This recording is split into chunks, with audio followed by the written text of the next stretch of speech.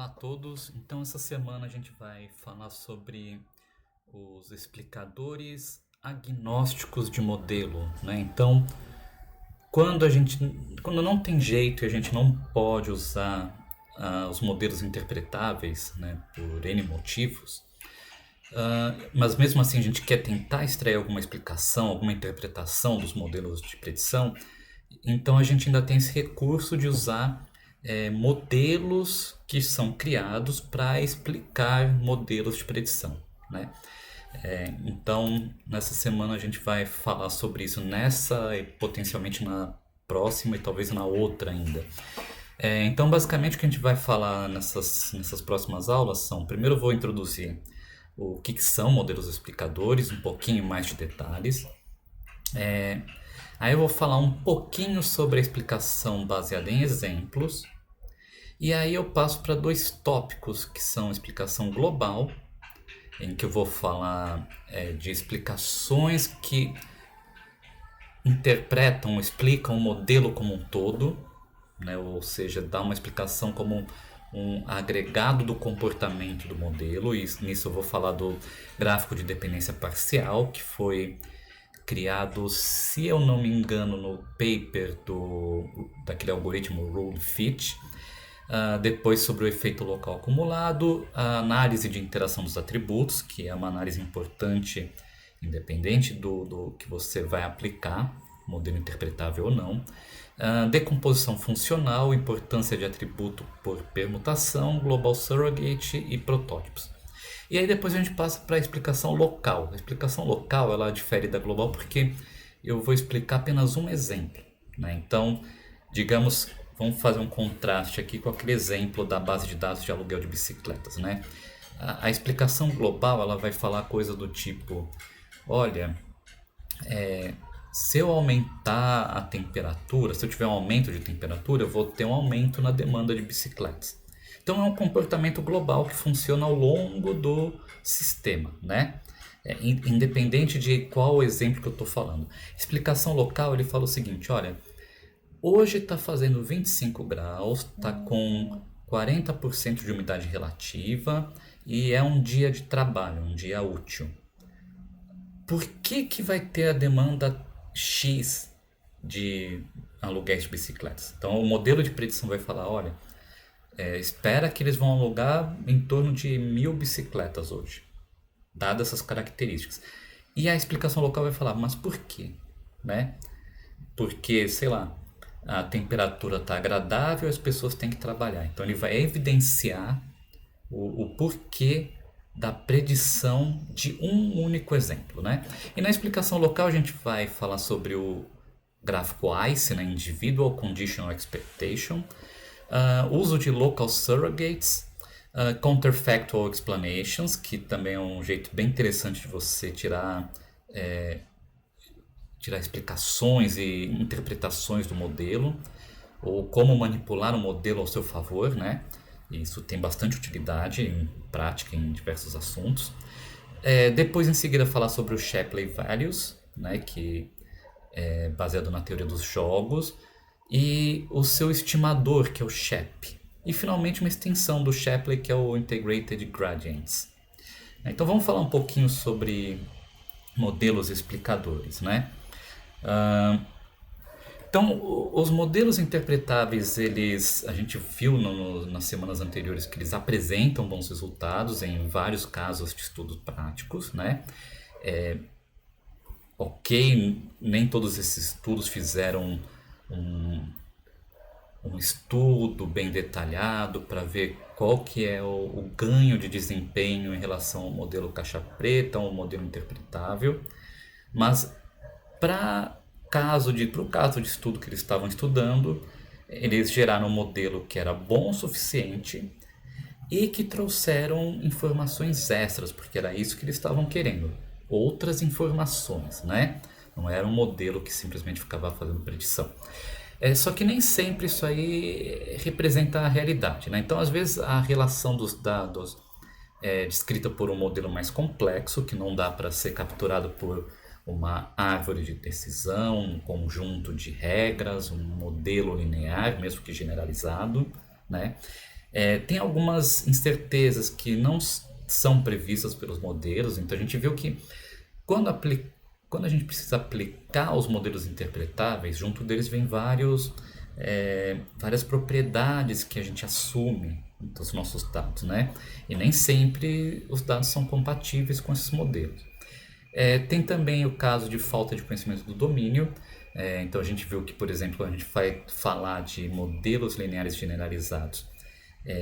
Para aplicar esses modelos com sucesso, a gente precisa fazer um bom estudo da nossa base de dados, a gente precisa ter um certo conhecimento do domínio para que a gente consiga perceber mais facilmente quando que tem alguma interação, quando que tem não linearidade, como que eu posso modelar essas coisas, né?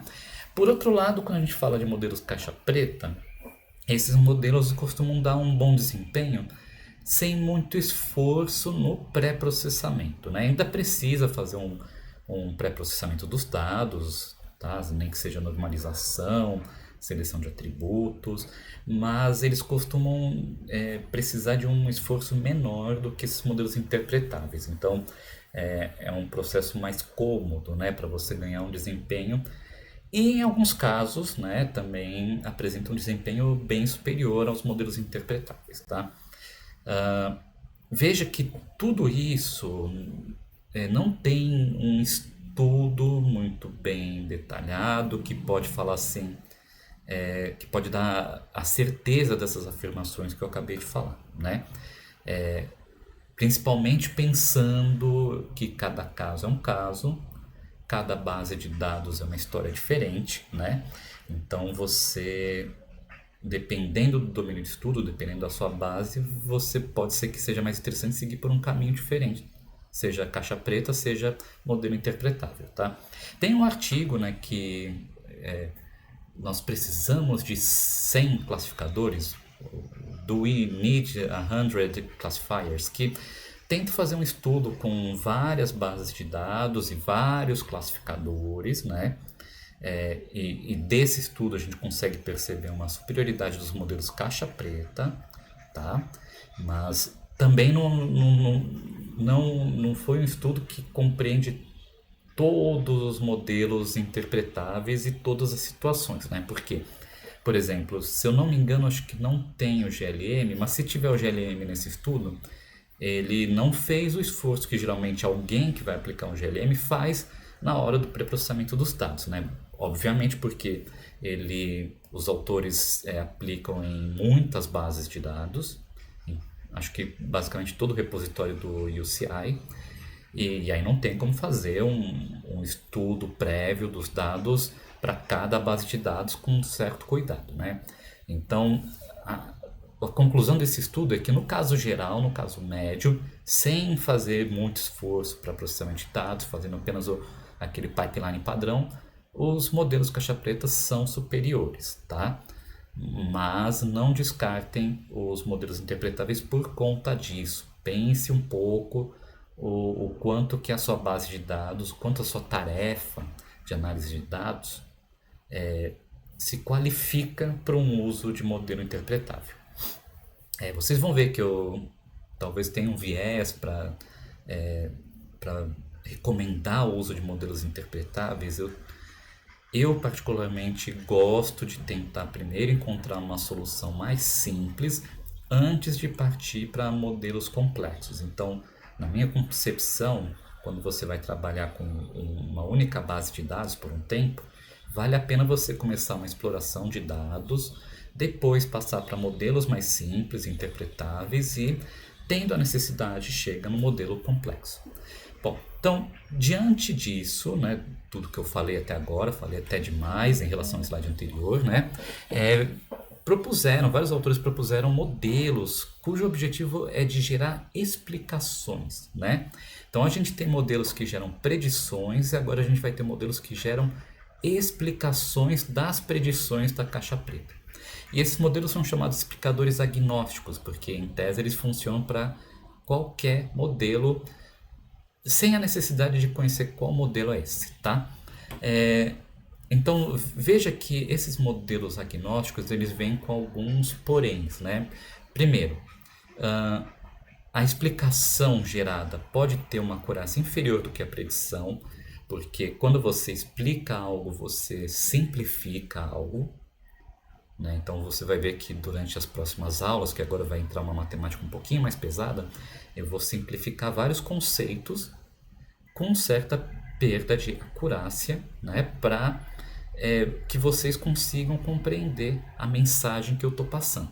Então a ideia das aulas, a ideia dos vídeos é que vocês tenham uma noção de como funciona os processos, os modelos, e depois vocês fazem uma leitura mais cuidadosa, tá? De uma literatura mais formal, para entender por completo, né? Então essa é a ideia de uma explicação. A explicação te dá aquele pontapé inicial para ficar mais claro o que você quer entender.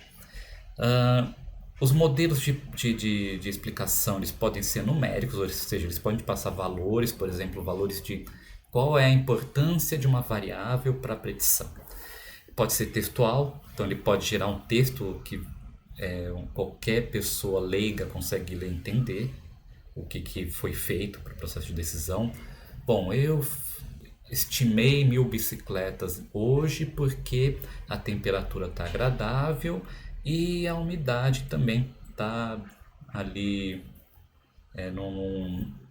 numa faixa boa, né, em relação a essa temperatura. Então, eu tenho uma explicação textual de qual foi o processo de decisão, mas veja novamente, perdendo um pouco a acurácia, porque eu não estou falando porque a temperatura foi 20 graus, estou falando a temperatura estava agradável, né? E pode ser visual também, quando a gente faz classificação de imagens, né, a gente pode fazer um gráfico de saliência, né, dos pontos que foram usados para gerar a classificação. E também para dados numéricos, dados tabulares, a gente tem o uso de gráficos para entender o comportamento da função de predição, que são os primeiros que a gente vai ver por aqui. E, novamente, enfatizando, as explicações apresentam um aspecto parcial da tomada de decisão. Ele pode evidenciar um conjunto menor de atributos, porque a gente processa melhor quando tem menos informações, mas o processo de decisão vai usar todos os atributos que tem ali, né? Um sistema de explicação agnóstico, ele tem que ter as seguintes propriedades, as características que estão listadas aqui, né? Que é flexibilidade de modelo, ou seja, tem que funcionar para qualquer modelo de predição, contanto que eu tenha uma função caixa preta, uma caixa preta ali que eu possa alimentar como entrada e ele me dá saída, e em alguns casos também eu preciso ter uma base de treino, eu posso explicar qualquer coisa, tá? Então, não importa o que tem dentro daquela caixinha, ele tem que funcionar. Flexibilidade de explicação, então ele não pode se limitar a apenas uma forma de explicação, seja numérica, seja textual, seja por gráfico, né? E flexibilidade de representação, né? Ou seja, ele pode receber como entrada diversas formas, então não necessariamente o explicador tem que ser para dados tabulares. Tem que servir também para textuais, para gráficos, para pixels, e tem vários truquezinhos para adaptar esse tipo de informação para os diversos explicadores que a gente vai ver mais para frente. Então, em resumo, né, os explicadores agnósticos, eles não podem assumir nada, né, sobre o modelo, além do fato que eu tenho uma função que vai me dar uma predição, né? Então, mais ou menos esse é o pipeline, né? Eu tenho uma representação do mundo que eu capturo através de coleta de dados, gero uma tabela de dados que eu uso para gerar um modelo, caixa preta ou não. Veja que o modelo agnóstico funciona para modelo caixa branca também, né? Aí eu gero métodos de interpretabilidade que vão expor uma explicação para um ser humano, né? Então esse é o pipeline da explicação. Os modelos também podem ser classificados entre globais e locais, como falei lá no começo. Então os globais, eles explicam a decisão esperada do modelo como um todo de forma geral, ou seja, como que o modelo se comporta para predizer. E os locais, ele explica apenas uma predição de cada vez, né? E temos esses vários tipos aqui de explicações. Então, para dados tabulares, a gente tem explicações baseadas em regra, que a gente já viu, né, através dos modelos interpretáveis, mas que podem ser usados também para gerar explicações, né? Árvores de decisão, modelos lineares. a importância do atributo para uma decisão, protótipos, uso de protótipos para encontrar exemplos similares para você entender o porquê que deu certa predição, contra-exemplos, né, para falar, olha, tem esse exemplo aqui que seria que seria muito próximo desse exemplo que foi classificado como, vou falar agora em forma de imagem, né? Então, digamos que classificou uma imagem como gato. Então, eu tenho essa outra imagem aqui que não é classificado como um gato, mas é muito parecido com essa daqui. E aí você olhando a diferença entre a entrada e o contra-exemplo, você consegue perceber, peraí, tem essas diferenças aqui, por isso que isso aqui foi classificado como um gato. Né? Veja que o contra-exemplo é usado tanto em dados tabulares, imagens e textos. Imagens, além de protótipos e contra-exemplo, eu tenho mapa de saliência, que mostra a região, regiões de destaque da imagem que levaram a uma explicação. E atribuição também, que pega uma região da imagem que atribui a certos superatributos para decisão, né, para tomada de decisão. Texto, a gente também tem destaque de sentença, que a gente pode tanto destacar sentenças de um texto ou palavras de uma sentença para explicar o porquê de uma classificação. E baseado em atenção, né, além dos protótipos e contra-exemplos, claro, baseado em atenção a gente tem métodos que tentam identificar o que causa tensão. É mais relacionado com uma janela de correlação, ou seja, dada uma palavra, que palavras vizinhas àquela palavra estão correlacionadas com ela para você gerar uma decisão, né? Pensando, sei lá, numa tradução de idiomas, de inglês para francês, para português, sei lá. Você pega uma palavra em inglês e corresponde com certas palavras em português que foram utilizadas para levar o contexto e determinar a tradução. Tá? Ou as próprias palavras em inglês vizinhas também, né? Então tem várias formas de fazer isso. Então é isso que a gente vai ver, alguns desses exemplos que a gente vai ver ao longo dessas semanas, né? E no próximo vídeo a gente já começa com as explicações globais.